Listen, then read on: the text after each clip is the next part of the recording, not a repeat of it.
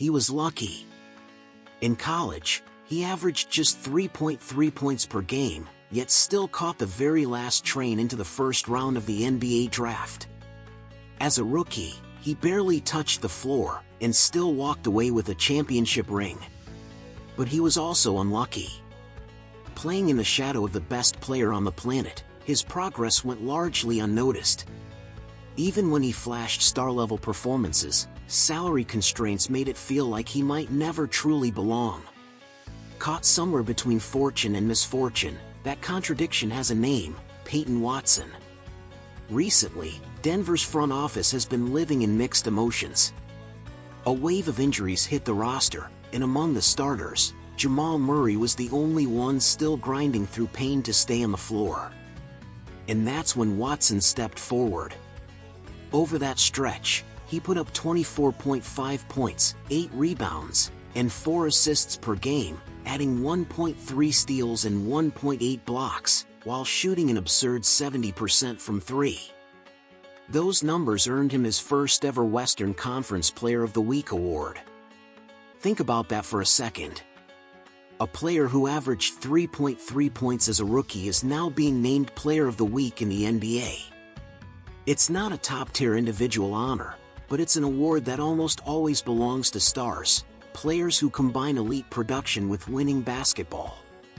Even someone as established as Jamal Murray had to wait until this season to win it for the first time. Yet here was Watson, his teammate, breaking through in a way almost no one saw coming.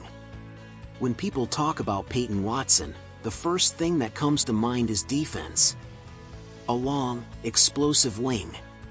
An elite shot blocker for his position. The most reliable shield next to Nikola Jokić.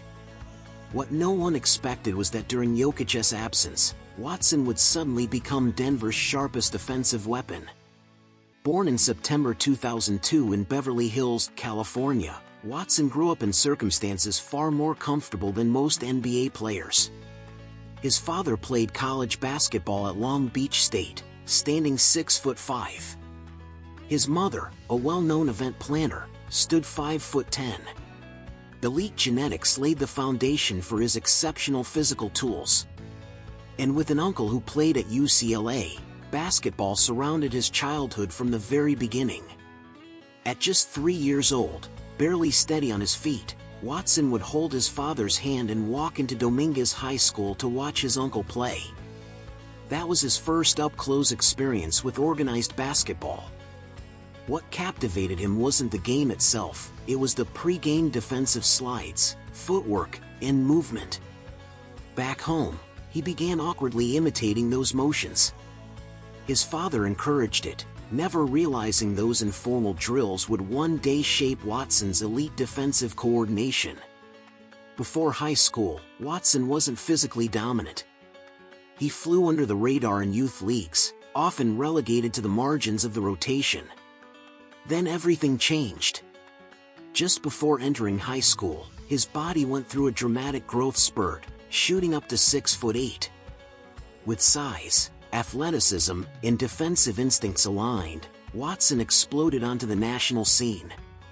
As a sophomore in the 2019-20 season, he averaged 23.2 points and 8 rebounds, won league MVP, and earned invitations to the McDonald's All-American Game, the Jordan Brand Classic, and the Nike Hoop Summit. Despite the disruptions of the pandemic, he followed that up by averaging 30 points per game in 2020-21, earning McDonald's All-American honors once again and finishing number 8 nationally in the 2021 recruiting class. Scholarship offers poured in Arizona, Gonzaga, Michigan, Oregon.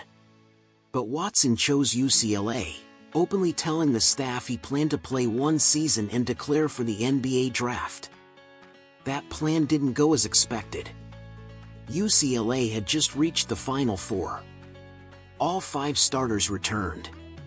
Minutes were never guaranteed.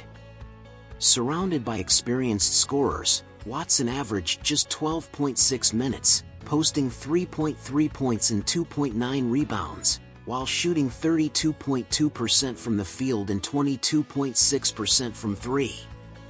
In the final 7 games, he logged double-digit minutes only twice. Still, after the season, Watson declared for the draft. In 2022, he was selected 30th overall by the Thunder, then immediately traded to Denver.